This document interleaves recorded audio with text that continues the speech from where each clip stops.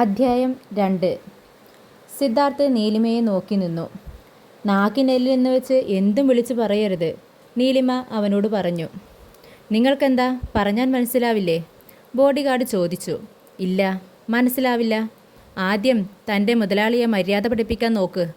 എത്ര വലിയ ആളായിട്ടും കാര്യമില്ല, മറ്റുള്ളവരോട് മാന്യന്മാരായ പെരുമാറാൻ ഇയാൾക്കറിയണം. നീലിമ അതും പറഞ്ഞ് അശ്വിനെയും എടുത്ത് തൻ്റെ സീറ്റിൽ പോയിരുന്നു. സിദ്ധാർത്ഥ് അവൻ പോകുന്നതും നോക്കി ഒന്നും മിണ്ടാതെ നിന്നു.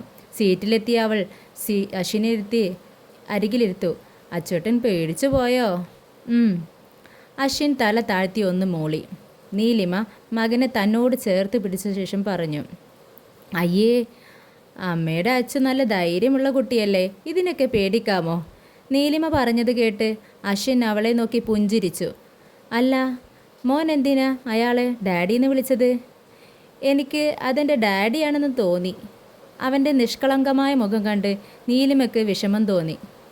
ആ കുഞ്ഞിനോട് തൻ്റെ ജീവിതത്തിൽ നടന്ന കാര്യങ്ങളെല്ലാം എങ്ങനെ പറഞ്ഞ് മനസ്സിലാക്കുമെന്ന് അവൾ ആലോചിച്ചു. ഒന്നും മിണ്ടാതെ അവൾ അവനെ ചേർത്ത് പിടിച്ചു. അശ്വിൻ മെല്ലെ മയങ്ങി. അവൻ അവളോട് ചേർന്നിരുന്ന് കണ്ണടച്ചു.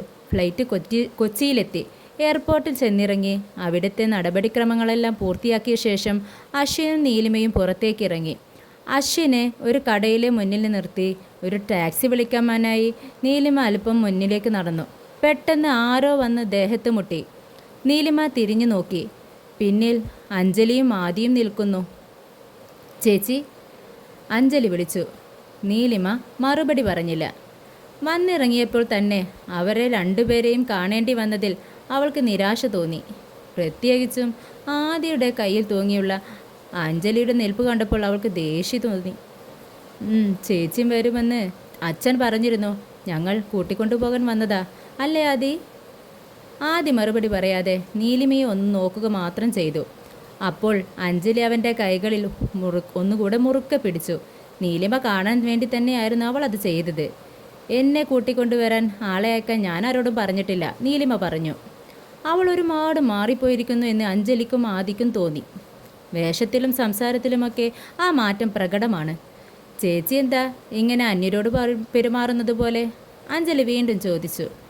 അന്യരായതുകൊണ്ട് തന്നെ. നീലിമ പറഞ്ഞത് കേട്ട് അഞ്ജലിയും ആദിയും പരസ്പരം നോക്കി. അവളെ പഴയതുപോലെ തളർത്താൻ സാധിക്കില്ല എന്ന് അവർക്ക് മനസ്സിലായി. പെട്ടെന്ന് പിന്നെ നിന്ന് അശ്വിൻ വിളിച്ചു. അമ്മ!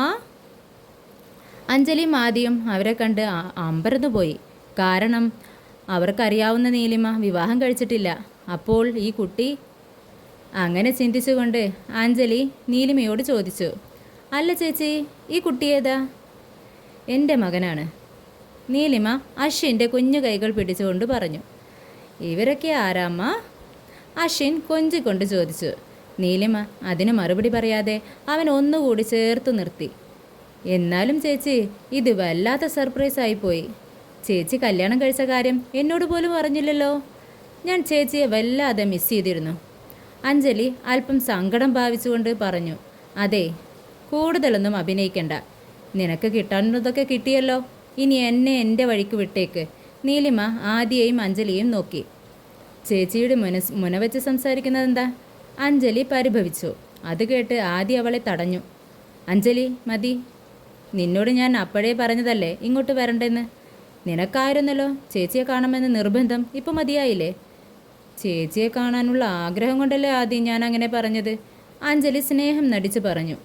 നീലിമ അപ്പോഴും അവളെ രൂക്ഷമായി നോക്കുകയായിരുന്നു. എന്തായാലും കൊള്ളാം. വിവാഹം കഴിയാതെ പോയ നിൻ്റെ ചേച്ചി ഒരു കൊച്ചിനെയും കൊണ്ട് തന്നിരിക്കുന്നു. ഇവൻ്റെ തന്തയാരാണെന്ന് ആർക്കറിയാം?